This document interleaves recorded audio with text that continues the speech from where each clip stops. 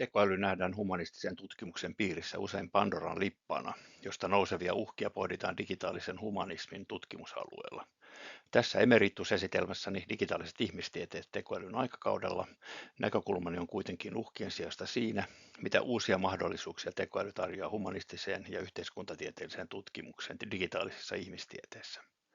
Luon henkilökohtaisen katsauksen Aalto-yliopiston ja Helsingin yliopiston väliseen yhteistyöhön tekoälyyn ja digitaalisiin ihmistieteiden liittyen vuodesta 1984 alkaen.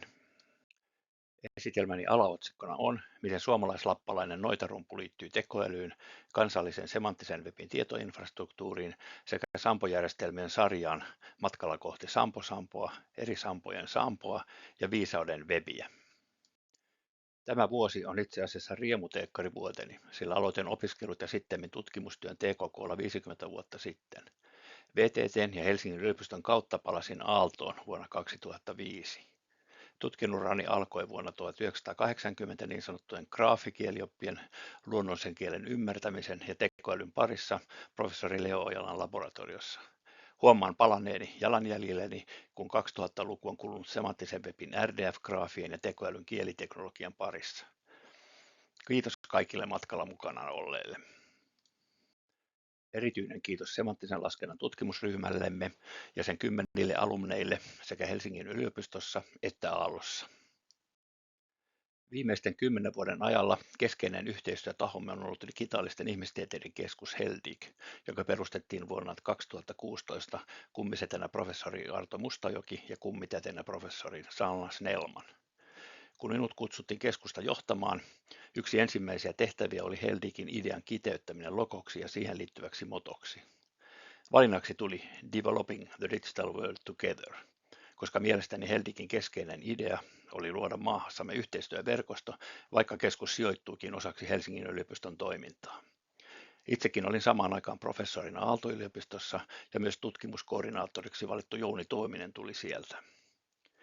Keskukselle pääosin profiohjelman kautta saadun 10 miljoonan euron piristysruiskeen avulla perustettiin 6 eri tiedekuntaan 8 uutta HELDIG-professuuria ja humanistiseen tiedekuntaan digitaalisten ihmistieteiden osasto.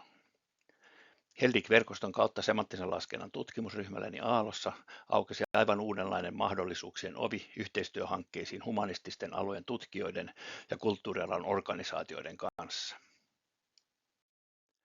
Kiitokset kaikille HELDIGissä ja Helsingin yliopistossa yhteistyöstä ja menestystä keskusta seuraavaksi luotsaavalle professori Mikko Tolosolle ja HELDIG-joukoille tekoälyn aikakaudelle.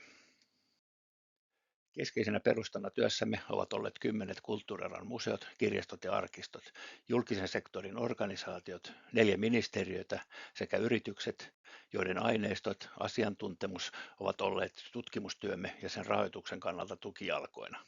Kiitos teille kaikille.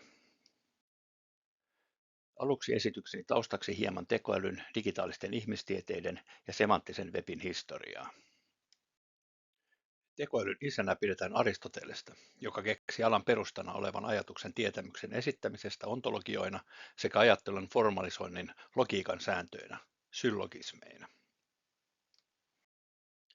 Tekoälyn keksiminen ajoitetaan Alan Turingin vuonna 1950 julkaisemaan artikkeliin sekä Dartmouth Collegeissa vuonna 1956 pidettyyn ensimmäisen tekoälykonferenssiin. Nykyisten laajojen kielimallien perustana oleva idea keinotekoisista neuroverkoista heräsi kuitenkin jo edellisellä vuosikymmenellä. Tekoälytutkimuksen syntyikin 2 hyvin erilaista haaraa. Klassinen symbolinen tekoäly ja alisymbolinen oppiviin neuroverkkoihin ja todennäköisyyslaskentaan perustuva tekoäly. Kuuma tutkimusalue tänään on kysymys siitä, miten näiden lähestymistapojen edut voitaisiin yhdistää ja haasteet, kuten hallusinointi, minimoida niin sanotuksi neurosymboliseksi tekoälyksi. Tätä kysymystä olemme mekin tutkimassa tänään julkistettavassa Sampo-Sampo-järjestelmässä. Tekoälytutkimus syntyi 50-luvulla, mutta digitaalisten ihmistieteiden lähtölaukaus ammuttiin jo vuonna 1949, kun jesuiitta Roberto Pusa alkoi indeksoimaan yhteistyössä IBM:n kanssa Tuomas Akvinolaisen kirjoituksia laskennallista analyysiä varten. Digitaalisten ihmistieteiden tutkimus sijoittuu ihmistieteiden, yhteiskuntatieteiden ja tietojenkäsittelytieteen leikkausalueelle. Tavoitteena on toisaalta laskennallisten menetelmien hyödyntäminen tutkimuksissa, toisaalta maailman digitalisaation ja sen ilmiöiden tutkimus. Mutta mikä digitalisaation ilmiö on muuttanut tai muuttamassa yhteiskuntaamme kaikista eniten? Ainakin sitä varmaan olisi syytä tutkia digitaalisissa ihmistieteissä. On sanottu, että World Wide Web olisi maailmaa ehkä eniten muuttanut digitaalinen ilmiö tietokoneen keksimisen jälkeen. Web keksittiin 1989 CERNissä Genevessä Tim Berners-Leein ja kumppaneiden toimesta, ja kohta tämän jälkeen 90-luvulla hänellä syntyi myös ajatus älykkäästä semanttisesta webistä. Alan kansainvälinen tutkimus kiihtyi vauhdikkaasti vuonna 2001 webin infrastruktuurityötä koordinoiman W3C-järjestön johdolla. Yhtenä lähtölaukauksena tässä toimi Scientific American-lehdessä julkaistu Tim Berners-Leein, James Hendlerin ja Aalto-alumni Ora Lassilan artikkeli The Semantic Web. Semanttisen webin tutkimuksessa yhdistyvät tietojenkäsittelytieteen ohjelmointi, tekoälytutkimus ja web-teknologiat toisiaan hedelmöittäen.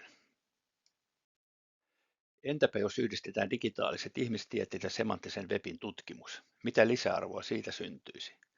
Tämän kysymyksen kanssa olen pähkäillyt viimeiset 25 vuotta, siis jo neljännesvuosisadan verran.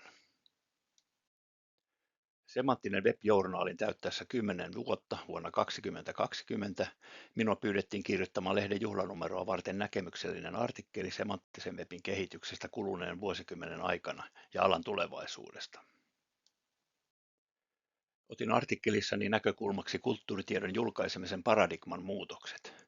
Kehitys alkoi kirjoitustaidon myötä, kun esimerkiksi Kiinassa ryhdyttiin kaivertamaan hautakiviin vainajan elämäkertoja ja painamaan kirjoja jo ennen Gutenbergia. Tietotekniikan myötä syntyivät tietokannat ja webin verkkopalvelut 90-luvulla. Me ryhdyimme sampoja takomaan kolmannessa murrosvaiheessa datan vallankumouksessa ja semanttisen webin syntymisen myötä. Siinä ideana on julkaista verkkoaineistoja ei vain ihmisten luettavaksi, vaan myös tietokoneille tulkittavaksi semanttisena datana. Tämä mahdollistaa älykkäät hakutoiminnot, selailun ja digitaalisten ihmistieteiden data-analyysit ja visualisoinnit. Nyt olemme astumassa 4. tekoälyn aikakaudelle, jossa tietokoneet eivät ole vain passiivisia työkaluja, vaan myös aktiivisia agentteja, jotka voivat itsenäisesti löytää datasta kiinnostavia ilmiöitä, ratkoa ongelmia ja myös perustella vastauksia, eli vastata kysymykseen miksi. Myös Journal of Web Semantics-lehden päätoimittajalta sain kutsun kirjoittaa visionäärisen artikkelin lehden erikoisnumeroon. Siinä otin teemakseni viisauden webin. Tässä kuvassa webin kehitystä on havainnollistettu datatieteen Data, Information, Knowledge, Wisdom -pyramidin avulla. Siinä raan datan arvo kasvaa sen muuttuessa informaatioksi know what, tietämykseksi know how ja lopulta viisaudeksi know why. Samalla perinteinen web muuttuu vähitellen semanttiseksi webiksi ja viisauden webiksi, web of wisdom, tekoälyä verkkoon astittain lisäten. Tämän perusteella voitaneen laittaa digitaalisten ihmistieteiden ja semanttisen webin summan arvoksi viisauden verkko. Palataanpa ajassa taaksepäin 41 vuotta yhteisen matkan alkupisteeseen. Vuonna 1984 järjestimme Jouko Seppäsen ja professori Markku Syrjäsen kanssa Suomen ensimmäiset tekoälytutkimuksen päivät STEP Otaniemessä. Silloin elettiin edellistä tekoälyn ja asiantuntijajärjestelmien kultakautta. Tekoälytutkimuksen päivät onnistuivat yli odotusten ja näistä muodostui joka toinen vuosi järjestettävä tapahtuma tiettävästi pitkäaikaisin tietojen käsittelyalan konferenssisarja Suomessa. Tilaisuuden talouden takaajaksi saatiin tekoälybisnestään käynnistelevä Nokia Data. Konferenssin tuloista säästöön jääneen pesämunan turvin perustettiin 2 vuotta myöhemmin Suomen tekoälyseura, jonka toimintaan itsekin heittäydyin mukaan. Tekoälytutkimuksen päivät tarvitsi tekoälyn idean kiteyttävän logon. Sellaiseksi valittiin kalevalaisessa hengessä lappalainen noitarumpu, arpakannus, jonka pinnalle taiteilija Elisa Öss lisäsi uuden symbolin tietokoneajan merkiksi, mikropiirin. Arpakannusta voidaan pitää kenties vanhimpana tietokoneena ja tekoälyn asiantuntijajärjestelmänä. Rumpu toimii niin, että samaani asettaa rummun kalvolle eli näytölle luunsirun eli kursorin, joka liikkuu rummutuksen mukana symbolista toiseen, kertoen näin vastauksen rummulle esitettyyn kysymykseen. Arpakannus liittyy myös Kalevalan Sammon arvoitukseen, jota on yritetty ratkaista lukuisten tiedemiesten, kuten E.N. Setälän, ja kirjailijoiden, kuten viimeksi Juha Hurmeen toimesta. Omasta mielestäni paras ratkaisu on, että sampo on muinaisen teknologian metafora. Jos sampo on konkreettinen esine, sammon tulkinta Pohjolan arpakannoksena kuulostaa kutkuttavalta tulkinnalta tietotekniikan näkökulmasta. 80-luvun tekoälykesä oli kuuma. Tekoälystä ennustettiin jättibisnestä ja akateemista läpimurtoa. Muistan esimerkiksi Times-lehden kansikuvan, jossa japanilaisten käynnistämää niin sanottua 5. polven tietokonehanketta, joka perustui rinnakkaiseen logiikkaohjelmointiin, verrattiin Pearl Harborin pommitukseen toisessa maailmansodassa. Suomessa tekoälyohjelmointia varten kehitettyjen niin sanottujen Lisp-koneiden hankinta nousi poliittiseen keskusteluun ja Nokialle perustettiin yksikkö niiden maahantuontia ja myyntiä varten, samoin Xeroxille. Lisp-koneet saatiin erilliseksi momentiksi valtion budjettiin. Helsingin yliopiston tietokonelingvistiikan yksikkö professori Fred Carlson ja Kimmo Koskenniemen johdolla olivat ensimmäisiä Lisp-koneen saaneita akateemisia tutkimusryhmiä Suomessa. Samoin professori Matti Karjalaisen akustiikan tutkimusryhmä teknillisessä korkeakoulussa.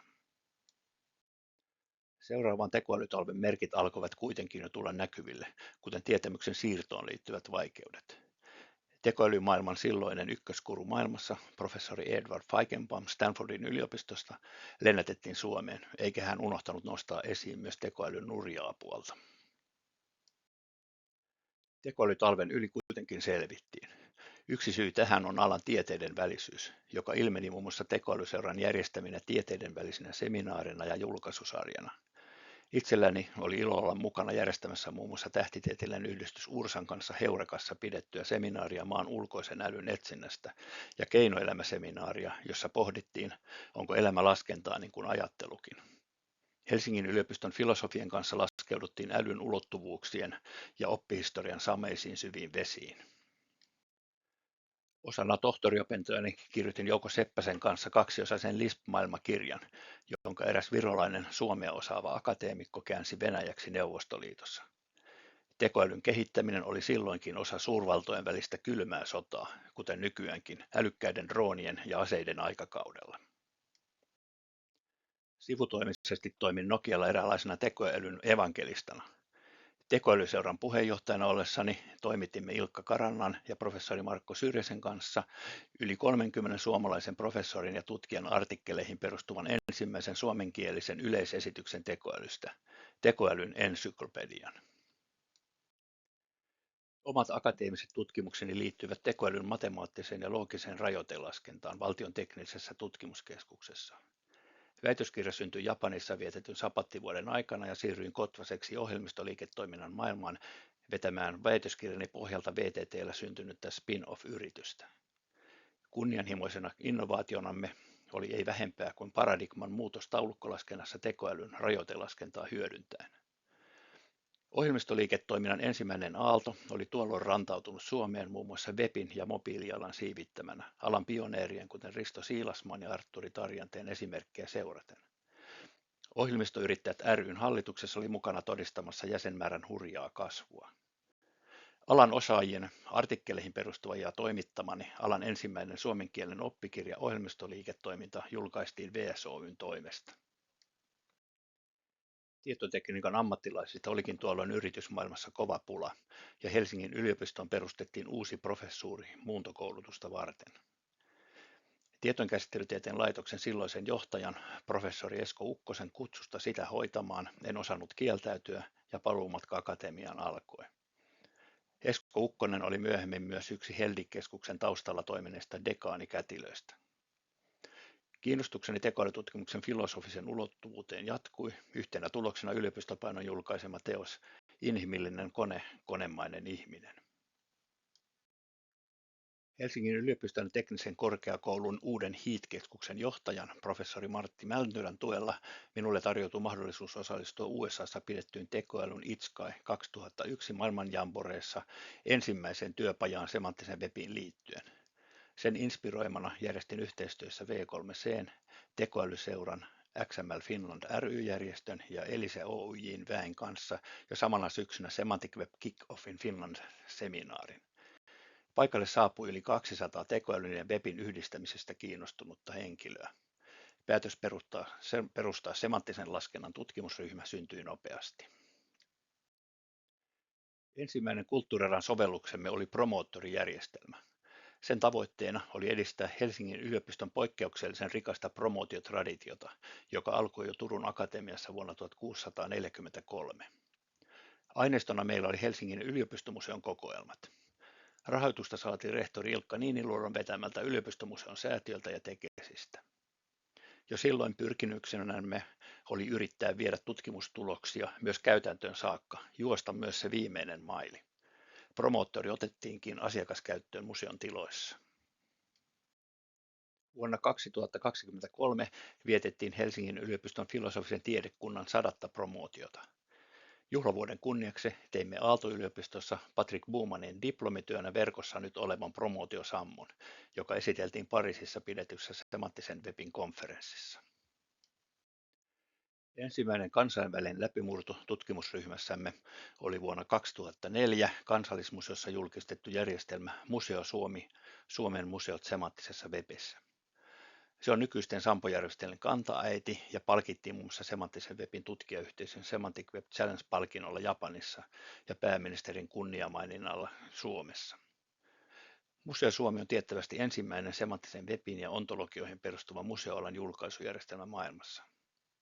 Palkintokuvassa myhäilevät kanssani muun muassa nykyinen Heldig-professori Eetu Mäkelä, Samppa Saarela, Suvi Kettula Espoon kaupunginmuseosta, jonka kanssa Museo Suomi-hanke suunniteltiin ja joka myöhemmin teki aiheesta väitöskirjansa Helsingin yliopiston kasvatustieteellisessä tiedekunnassa. Kansallismuseota ja museovirastoa tässä ja myöhemmin Kulttuurisampo-hankkeessa edusti Vesa Hongisto, yliopistomuseota Jaana Segelberg. Yrityspuolelta hankkeessa mukana olivat Nokia ja Tietoenaattor, päärahoittajana oli Tekes. Museo Suomen kehittäminen oli haastavaa, koska käytettävissä ei ollut hankkeessa tarvittavia ontologioita ja työkaluja, vaan niitä jouduttiin kehittämään itse. Tästä syntyi visio siitä, että suomalaisen semanttisen webin kehittämiseksi tarvitaan uudelleen käytettävä, asteittain kehittyvä, kulttuuridataa sisältävä tietoinfrastruktuuri, joka täydentää V3C:n geneeristä teknistä infrastruktuuria. Data on saatava virtaamaan esteettä sovelluksesta toiseen, jotta se olisi löydettävää, saavutettavaa, yhteentoimivaa ja uudelleen käytettävää. Silloin ei vielä osattu puhua nykyisistä datan FAIR-periaatteesta, mutta juuri samasta asiasta tuolloin oli kyse. Tekesin ja noin 50 yhteistyökumppanin ja rahoittajan avulla käynnistyi 10-vuotinen FinOnto-hankkeiden sarja, joka Tekesin edustajan mukaan oli heidän historiansa isoin hanke johtoryhmän koolla mitattuna. FinOntossa aloitettu työ jatkuu tänään Aallossa ja Heldigissä osana kansallista FinClaria Darja-Fi tutkimusinfrastruktuurihanketta liittyen vastaaviin yleiseurooppalaisiin tietoinfrastruktuureihin Clarin ja Darja. Kiitos kaikille kanssamatkustajille, joista tässä osa. Mottonamme FinOntossa oli Albert Einsteinin viisaus. Intellektuaalit ratkovat ongelmia, mutta nerot estävät niiden syntymisen. Visiona oli, että yhteisen infrastruktuurin ja FAIR-periaatteiden avulla sovellusten kehittämisessä syntyviä ongelmia voidaan tehokkaasti estää etukäteen ja näin säästää merkittävästi aikaa ja rahaa. FinOnto-hankkeen kunnianhimoisena visiona oli saada aikaan paradigman muutos kulttuuri- ja muiden alojen sisällön kuvailussa tekoälyn aikakaudella. Suomessa käytössä olleet keskeiset asiasanastot muutettiin semanttisen webin ontologioiksi, jotka yhdistettiin Kansalliskirjaston YSA-sanastosta kehitetyn YSO-ontologian avulla linkitettyjen ontologioiden pilveksi, jolle annettiin nimi Koko. Tärkeä yhteistyökumppani tässä oli sanastokeskus TSK:n johtaja Katri Seppälä, joka toimi osa-aikaisesti tutkimusryhmässämme 10 vuotta. Samalla YSA käännettiin englanniksi, jotta suomalaiset ontologiat ja data voitaisiin linkittää Impivaarasta käsin kansainvälisiin aineistoihin. Lisäksi ontologisoimme muun muassa Luonnontieteellisen keskusmuseon keskeiset ontologiset, biologiset nimistöt ja taksonomiat, kuten maailman linnut, maailman nisäkkäät sekä Kassu-tietokannan kasvien suomenkieliset nimet. Geoinformatiikan puolella luotiin Maanmittauslaitoksen 800 000 paikannimen rekisteristä ontologia, joka myöhemmin yhdistettiin nimisaamossa kotimaisten kielten keskuksen massiivisen 2 miljoonan paikannimen rekisteriin toponomastiikan tutkimusta varten, mukana professori Terhi Ainielan tutkimusryhmä. Tärkeä osa ontologiatyötämme olivat terveysalan ontologiat, jotka kehitettiin Terve-Suomi-järjestelmäämme varten yhteistyössä Terveyden ja hyvinvoinnin laitoksen ja lääkäreiden Duodecim-järjestön kanssa. Terve-Suomi-pilottijärjestelmä liittyi Osmo Suomisen väitöskirjatyöhön. Terve-Suomi-prototyyppimme tuotteistettiin myöhemmin THL:n toimesta. Ontologioiden käyttöä varten kehitettiin ja julkaistiin vuonna 2008 OnkiFi-palvelu. Finonto-yhteisö, esimerkiksi museot, alkoivat kytkeä luettelointijärjestelmiä siihen. 6 vuodessa saavutettiin point of no return-piste, eikä onkipalvelimen töpseliä voitu enää ottaa seinästä. Vuonna 2014 onki tuotteistettiin Kansalliskirjaston toimesta nykyiseksi Finto-palveluksi, valtiovarainministeriön ja kulttuuri- ja opetusministeriön rahoituksella. Sen rajapintoihin tehdään vuosittain kymmeniä miljoonia kyselyjä. Onkipalvelun kehittäjistä mainittakoon Ylen nykyinen linkitetyn datan visionääri Kim Viljanen ja Hellikon-koordinaattori Jouni Tuominen. Teknologian siirtoa Kansalliskirjastossa vetämään ryhtyi sekotutkimusryhmässä väitöskirjassa tehnyt Osmo Suominen apunaan koko joukko muitakin sekolaisia. Tärkeä henkilö hankkeen onnistumiselle oli Kansalliskirjaston Juha Hakala, kansainvälisesti arvostettu informaatiotutkimuksen asiantuntija ja Finonto-hankkeen johtoryhmän jäsen alusta loppuun saakka. Työ Kansalliskirjastossa on jatkunut Finto-palvelun ohella useista Finonto-projektissa syntyneistä siemenistä spin-off-hankkeina. Esimerkiksi Onkin pohjalta kehitetty Skosmos on käytössä monissa organisaatioissa ympäri maailmaa, kuten YK:n FAO-järjestössä. Finto AI mahdollistaa tekstidokumenttien automaattisen sisällönkuvailun ja olemme mekin ottaneet sen käyttöön muun muassa parlamenttisammossa, eduskunnan täysistunnoissa pidettyjen puheiden sisällönkuvailussa sekä lakisammossa, joka julkaisee Suomen lainsäädäntöä semanttisessa webissä. Finonto-hankkeen tärkein digitaalisten ihmistieteiden sovellus oli Kulttuurisampo. Se laajentaa Museo-Suomen idean linkittämällä toisiinsa kymmeniä erilaisia kulttuurialan aineistoja, jotka kattavat paitsi esineellistä, myös aineetonta kulttuuriperimää. Sen erilaisissa sovellusnäkymissä ja aineistoissa on idullaan moni myöhempi sampo. Wikipedian mukaan Kalevala on käännetty 62 eri kielelle. Oikeampi määrä olisi 63. Palkkasin nimittäin hankkeeseen kansanrunouden tutkijan, jonka avulla käänsimme Kalevalan mukaan lukien Sammon tarina nörtiksi semanttisen webin RDF-muotoon, jotta tietokoneetkin voisivat tarinaa ymmärtää. Yhteistyöhön tuli tässä vaiheessa mukaan Kalevala perinteen vaalija Suomalaisen kirjallisuuden seura ja sen arkiston johtaja Lauri Halvilahti sekä Heli Kautonen.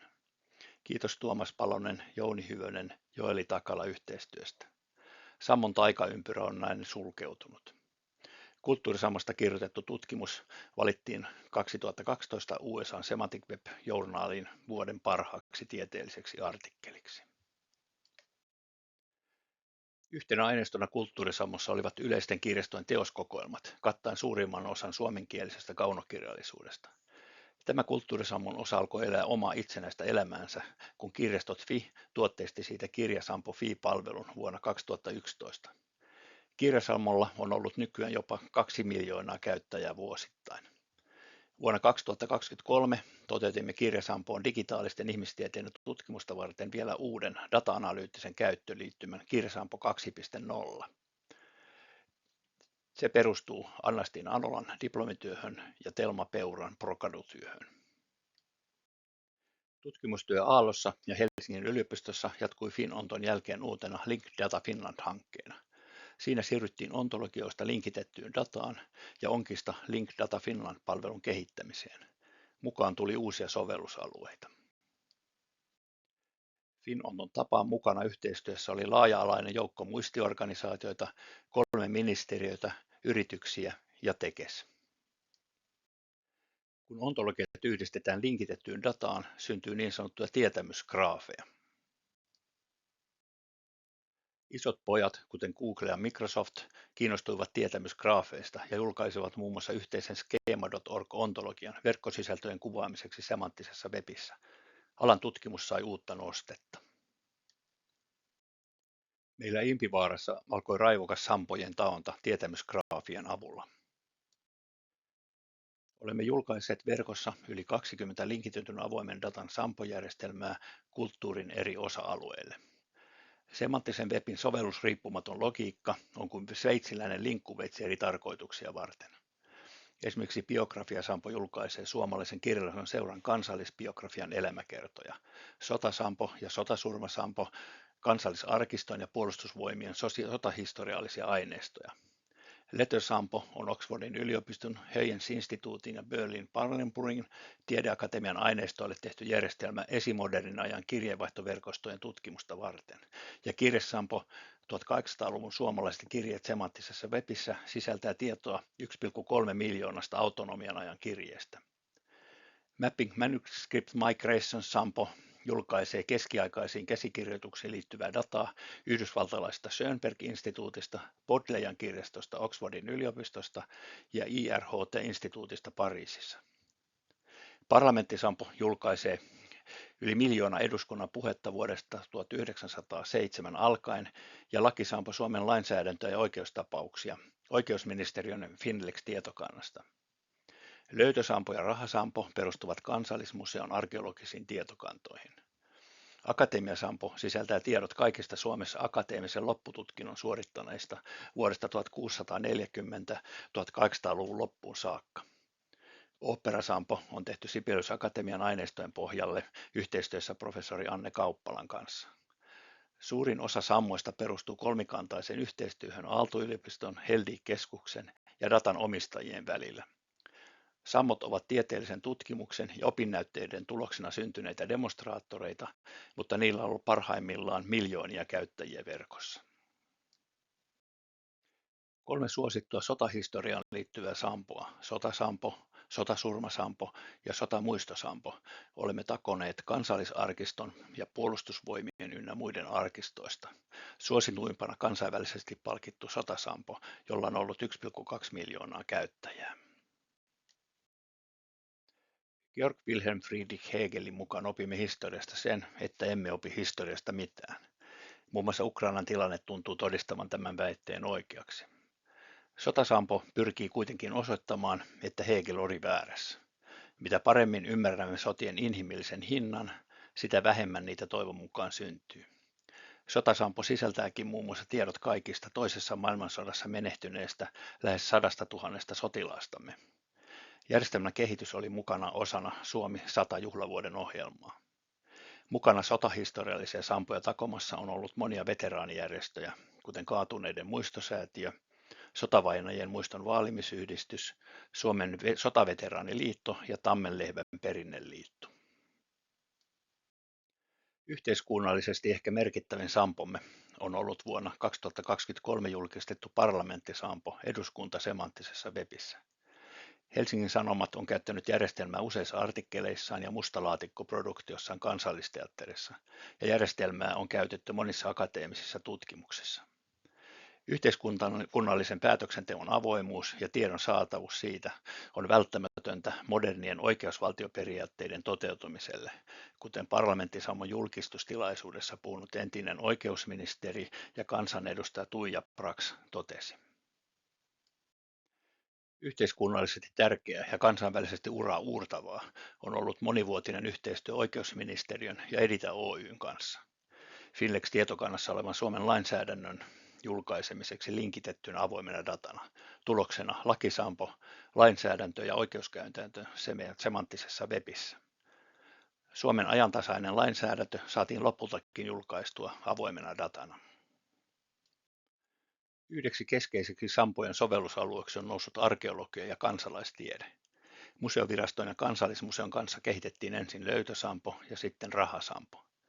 Tämä työ on jatkunut kansainvälisissä hankkeissa, muun muassa yleiseurooppalaisessa Ariadne Plus-infrastruktuurihankkeessa ja yhteistyössä numismaatikkojen nomisma.org-yhteisön kanssa sekä British Museumin 1,3 miljoonaisen löytötietokannan parissa. Sampojen taonnan suurimmat rahoittajat ovat olleet ensin Tekes ja sitten Suomen Akatemia ja EU. Verkkopalvelumme tarjoaa CSC Oy, joka on voittoa tavoittelematon Suomen valtion ja korkeakoulujen omistava erityistehtäväyhtiö. Sammot perustuvat tässä kuvassa havainnollistettuun vuosien kuluessa muotoutuneeseen niin sanottuun Sampo-malliin. Sen perustana on kuvassa vasemmalla oleva yhteisöllinen jaettuun ontologiainfrastruktuuriin perustuva datapalvelu, jota käytetään Sparkle-rajapinnan kautta oikealla olevalla sovelluskerroksella. Dataa voidaan käyttää toisaalta suoraan digitaalisten ihmistieteiden tutkimuksessa, toisaalta sovellusten, kuten Sampo-portaalien kautta. Näitä aatoksia olen dokumentoinut englanniksi ja suomeksi näissä oppikirjoissa.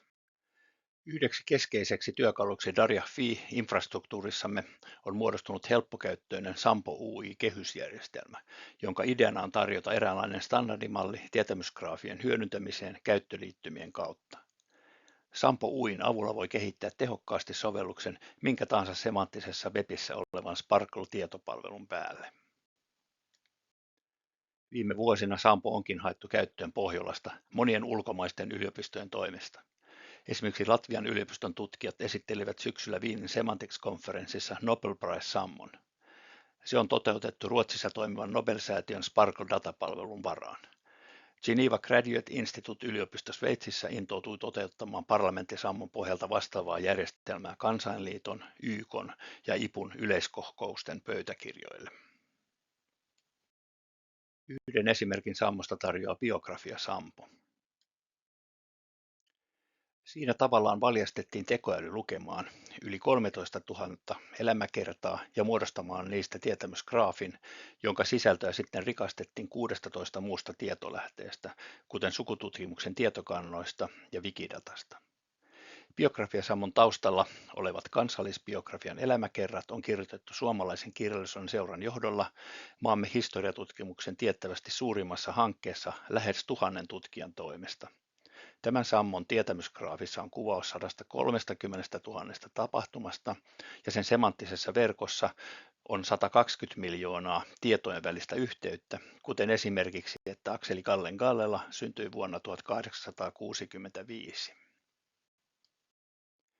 Biografiasampo-portaalin avulla voi sitten hakea kansakunnan kaapin päälle nostettujen henkilöiden koneellisesti rikastettuja elämätarinoita ja visualisoida tapahtumia henkilöiden elämässä esimerkiksi kartoilla ja aikajanalla. Tai vaikkapa tutkia henkilöiden välisiä ekosentrisiä verkostoja. Lopuksi palaan vielä menneisyyden kautta tulevaisuuteen, kuten hollywoodilaisessa elokuvassa. Renessanssin ero Leonardo da Vinci on tokaissut. Opettele näkemään, ymmärrä, että kaikki liittyy kaikkeen muuhun, tosin italiaksi. Aikakone paljastaa, että luultavasti hän keksi linkitetyn datan idean muiden keksitönsä ohella jo 1400-luvulla. Leonardon viitoittamalla tiellä pajallamme on viime aikoina taattu Sampo-järjestelmää nimeltä Sampo Connecting Everything to Everything Else, suomeksi yhteisen ystävämme ChatGPT:n kääntämänä kaikki kaikkeen kietoutuvin. Sampo on eri sampoja yhdistävä sampojen sampo. Itsestäänselvä valinta Sampo-sammon logoksi oli arpakannus. Sampo-sammon lähtökohtana on eri alojen sampojen tietämysgraafien muodostama linkitetyn avoimen datan pilvi.